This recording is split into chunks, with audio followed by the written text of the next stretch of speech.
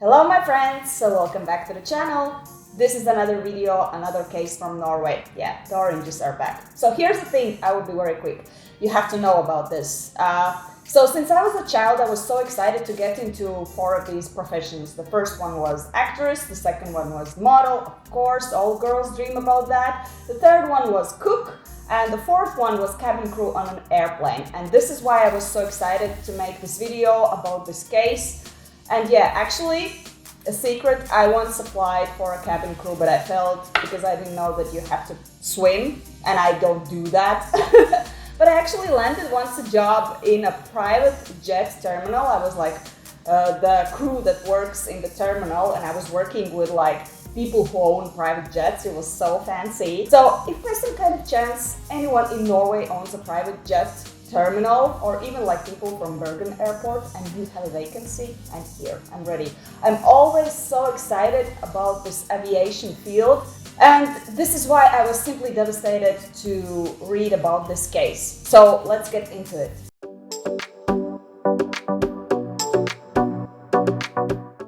September 8th, 1989.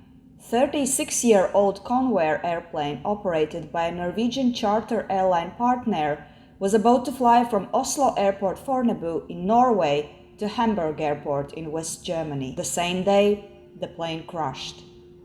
All people in that plane died. This is the story of Partnair Flight 349. The passengers of this plane were basically the employees of this company called Wilhelmsen Lines. They all were flying to Hamburg, and it was supposed to be like a new ship opening party. Half of the head office employees were actually on this plane. The atmosphere before the plane took off was characterized as very positive. I mean, yes, they're going to an opening party for a new ship, so everyone was excited. And some people who had already been in these kind of events had already informed the employees for whom it was the first time that it's gonna be wonderful. So everyone was so stoked, everyone was so positive. Also, one of the regular employees of the company was asked to deliver a speech at this opening party, and needless to say, it's not very usual when a normal, like regular employee has an offer to do this honorable thing in such a huge event. So you can imagine how happy and excited this person was. But not everything was so positive. On the September 6th, which is basically like 2 days before this notorious plane took off, it was discovered that the power generators of the plane did not work properly. This information was given to the mechanic to look into, and he said that he basically cannot do anything about it. According to the Norwegian law, a plane is not allowed to take off if both of the power generators are not working. And this is when this man, his name was Finn Peter Berg, he was also part of the crew, he was a pilot, and not only, he was also taking a very important position in the company to whom belonged this plane. So he was an operational manager or something like that, and he was basically responsible for the technical things on the plane. Mr. Berg suggested that they will use the auxiliary power unit, in short APU, instead of this faulty generator. So they will have enough power to take off and do all the flight properly. And honestly, while looking into this case, I made a conclusion that there were so many red flags before this flight, and nobody simply noticed them, and ignoring this resulted in this sad result. The plane, as I said, was already serving for 36 years, so it was quite an oldie. It had changed several owners and undergone several modifications. And it has even been rebuilt in 1978 after one accident. And yeah, before we continue, I just want to apologize about how I'm going to explain things. I'm really far from the physics and engineering and stuff like that, so I was really looking into this in a way that I can explain it in simple words, so I beg your pardon if I'm explaining it in a very silly words, but I'm not an engineer. I'm just trying to explain so that you understand. So at the time when this crash happened, the owner of this plane was a company called Partnair, and at the time of this accident, Partnair was actually facing a lot of financial difficulties. The airline's debts were so huge that Norwegian aviation authorities had informed all the airports not to allow them to take off because they haven't paid some really serious charges and fees. In fact, this is what actually happened. This plane was not allowed to take off from Oslo airport just because it had not paid the bill for the catering company. So they were just like standing there and what to do. Mr. Berg, remember him, the person who is also like in this leading position in the Partnair company and also a pilot, takes his own money, descends the airplane and goes to pay this bill so that the plane can actually take off. This results in the plane being very late for the takeoff. It was supposed to take off at 3 p.m., but as a result, it took off at 3:59 p.m. I mean, I assume that the sum for the catering wasn't like a small one, because it's like you're paying for a company to cater the whole airplane. So I believe that Mr. Berg was quite a wealthy man in order to be able to afford something like this.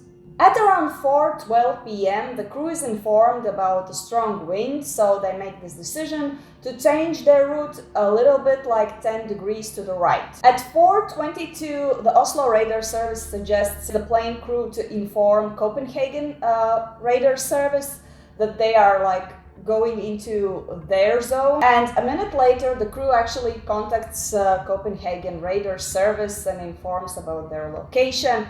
And this is, my friends, the last time when they go into contact with somebody. As Flight 394 neared the Danish coastline, Copenhagen traffic service noticed that the plane went off the course, and later on they simply disappeared from the radar. Around the same time, Copenhagen radar service notices some kind of unidentified object that's moving around the same area where the plane was before, and it's moving really, really slowly. They do not know what it is, but allegedly they assume that it's like some kind of radar fault, maybe some like glitch or something. On 4:40 p.m., Copenhagen radar service tries to contact the plane again and again and again for several times and no results. Norwegian and Danish air traffic authorities start an investigation in order to understand where is the plane and what had happened. At around 4:59, they decide to also involve rescue authorities,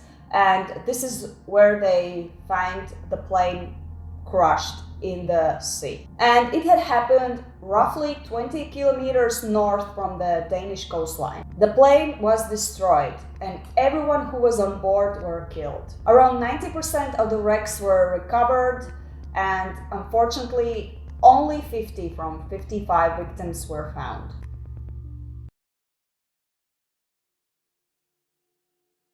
Now let's discuss some of the theories. I'm going to start with these two first ones, and then we're going to move to this more complicated part, which kind of triggered my mind, but I think I figured it out.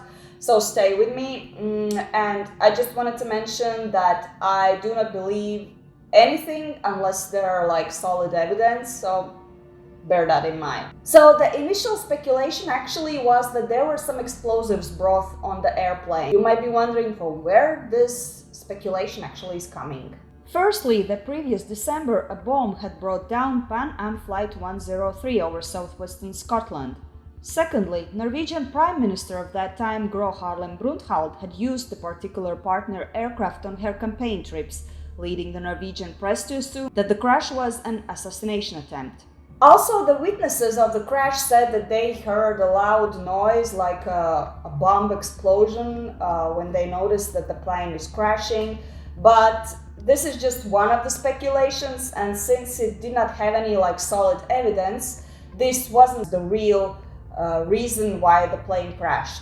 The second speculation came from the mass media, and it was about the fact that this might have happened as some kind of mistake from a NATO war exercise that was called Operation Sharp Spear, and this exercise happened like really close to the place where was the flight path of this plane.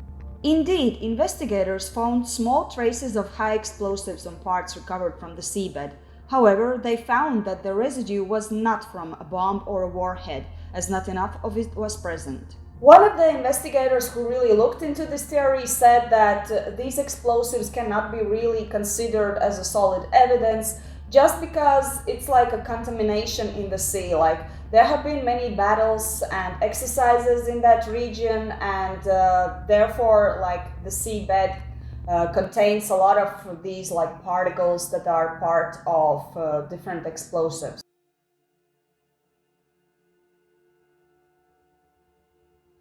And now let's look into more technical things. I hope I will explain everything like so that you understand. The thing that you need to know is that the investigation of this plane crash was carried out by Accident Investigation Board Norway. So when I'm saying investigators, I'm actually addressing this authority. The usual thing what happens when the plane crashes, they're looking for the black box. And so they were looking for the voice recorder from the cockpit.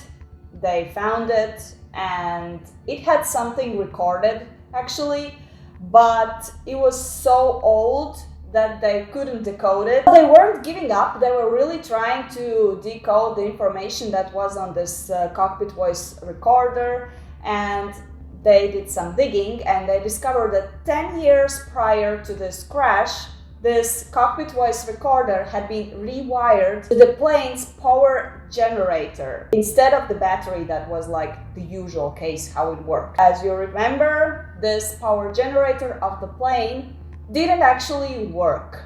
Yeah, and because it didn't work, they substituted it with APU. I said it at the beginning. So this means when the plane took off, the cockpit voice recorder didn't have the power supply to record something, and therefore it didn't record anything. As I mentioned before, they noticed that there was at least something recorded, and they were determined to figure out what is this thing that has been recorded. Then they came across with the fact that they cannot do it because the machine is simply so outdated. What they did, they were contacting the company who were actually making these cockpit voice recorders, and the company's employees said that even they cannot decode it. It's so old. And what they did was they were like calling out one of the old employees from retirement to come in and help them to figure out the information. And this man actually confirmed the fact that the only moment that was recorded on this cockpit voice recorder was the part where the crew is actually still on the land, and once it was taking off, it just simply switched off because it didn't have any power. Again reminding, this happened only because the power generator to whom the cockpit voice recorder was attached did not work. Also reminding that Mr. Berg before the flight decided to substitute this faulty generator with auxiliary power unit. The investigation also revealed that this auxiliary power unit also wasn't working properly. In short, what is this APU? It's located at the tail of the airplane, and its front mount of this particular plane was broken, and therefore this particular plane was vibrating quite a lot while flying. But the investigators concluded that this faulty APU wasn't like the main reason why the plane crashed. In fact, it looked like the plane had been operating like this for a while already, like with all these vibrations and everything. So as I said, the investigators managed to get at least 90% of the plane's debris so that they can reconstruct and look into all of these details more specifically. And they figured out that they do not have the shroud door that is actually located at the back of the plane. But what they see is that the shroud door was actually ripped off the plane in a very violent manner. So something must have happened there. The thing is that the shroud doors had aluminium structure, and therefore it's believed that it had been ripped off violently and just simply falling down. And as it's aluminium, it was reflecting the light, and therefore it was kind of caught by the radar. Remember the thing that appeared on the radar as an unidentified object falling really slowly down in the area where the plane was like last seen. As we can see, there are some like technical mysteries, but one thing is for sure, there were so many technical faults in this plane, and I don't get it why it was even like taking off and even considered as a plane that can operate properly. Like, why do you risk people's lives with this old thing that's not even properly working?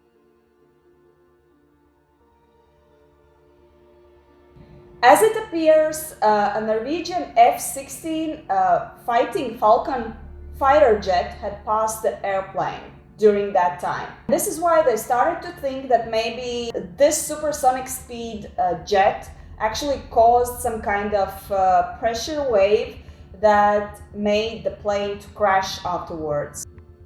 The pilot testified that he was flying around 300 meters above the plane. Experts concluded that in order for the jet to have such an impact on the plane, it must fly a couple of meters above the plane then.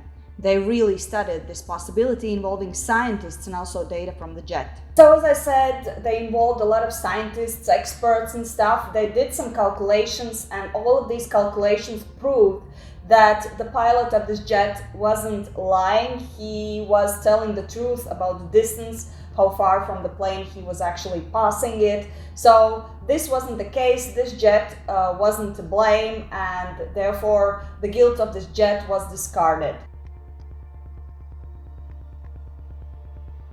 A review of the maintenance records of the aircraft revealed that during the overhaul, the mechanic discovered wear on one of the 4 bolts that held the vertical fin and fuselage together and replaced it. The vibrations stopped after the one bolt with its associated sleeves was replaced.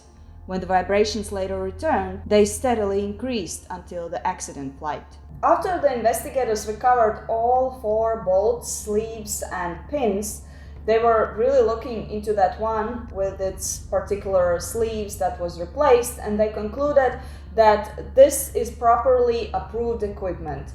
But then they started to look into these rest 3 bolts and their parts, and they concluded that they are actually counterfeit and were incorrectly heat treated during the manufacturing process. When I'm saying counterfeit, it means that they were not like originals, they were more like fake that can be bought for lower sum of money. So I guess we're returning back to the financial problems of the airline company, right?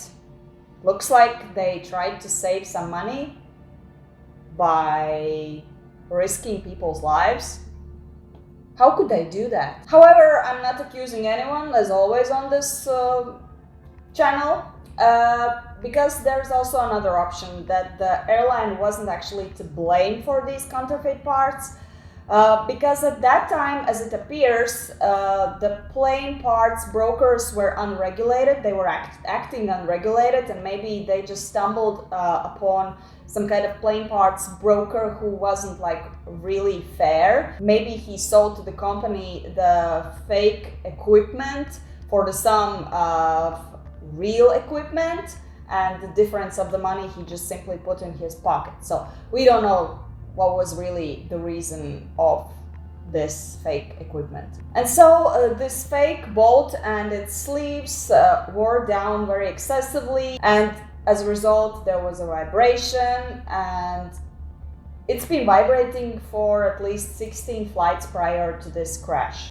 In a complicated engineering machine as a plane is, even like the tiniest pin or bolt is very important. So mistakes like this with some fake equipment that doesn't work properly or wears out very quickly, it's just simply unacceptable. So what do we have here? We have a power generator that isn't working, and because of that they are using auxiliary power unit, APU, which is also not working properly and creates vibration.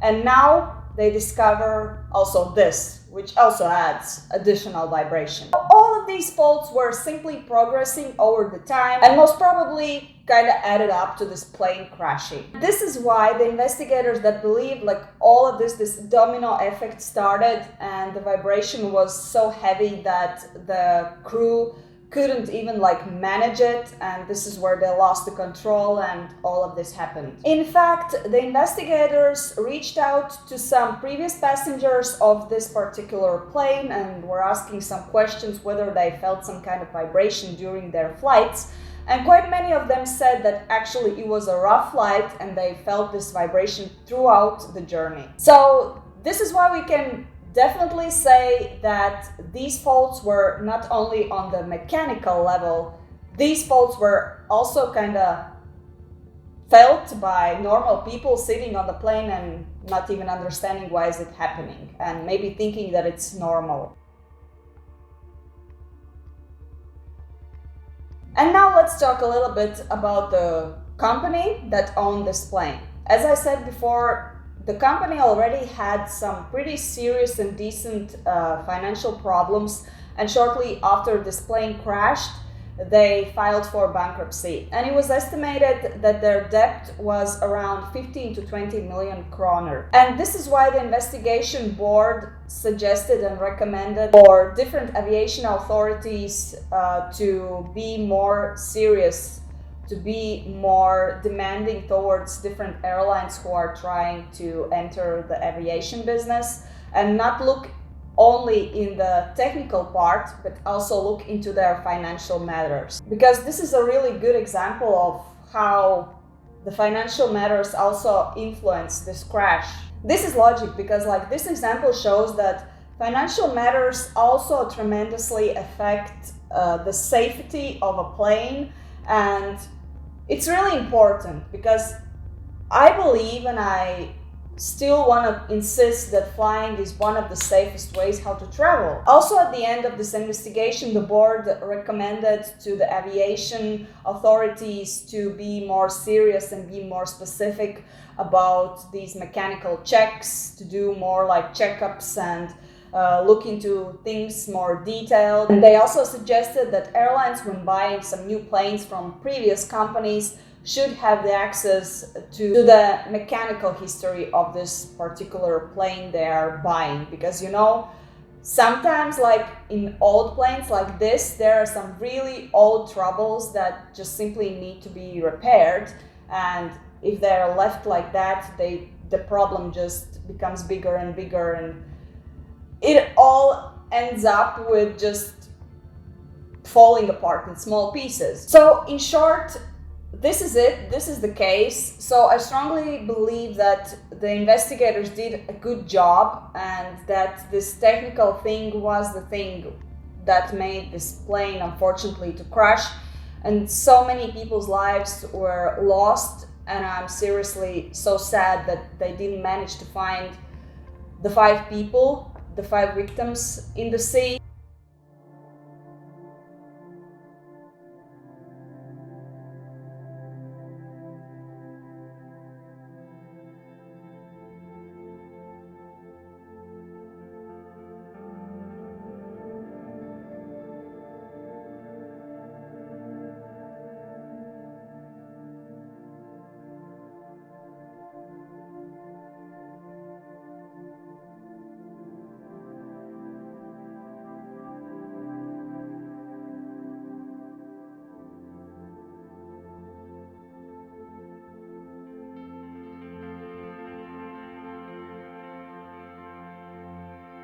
And I do not want to make you feel bad about flying. As I said, I seriously think that flying is one of the safest things how to travel, because sometimes on the road with a car it's even more dangerous.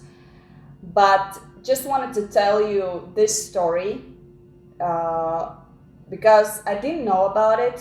We know a lot of different plane crashes and the stories were crazy, but this I think also deserves attention.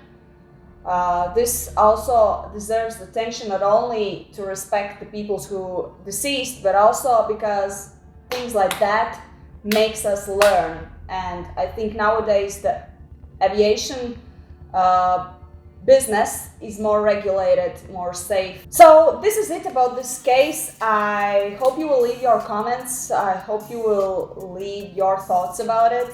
And of course, subscribe if you haven't subscribed. You know that I really need subscriptions.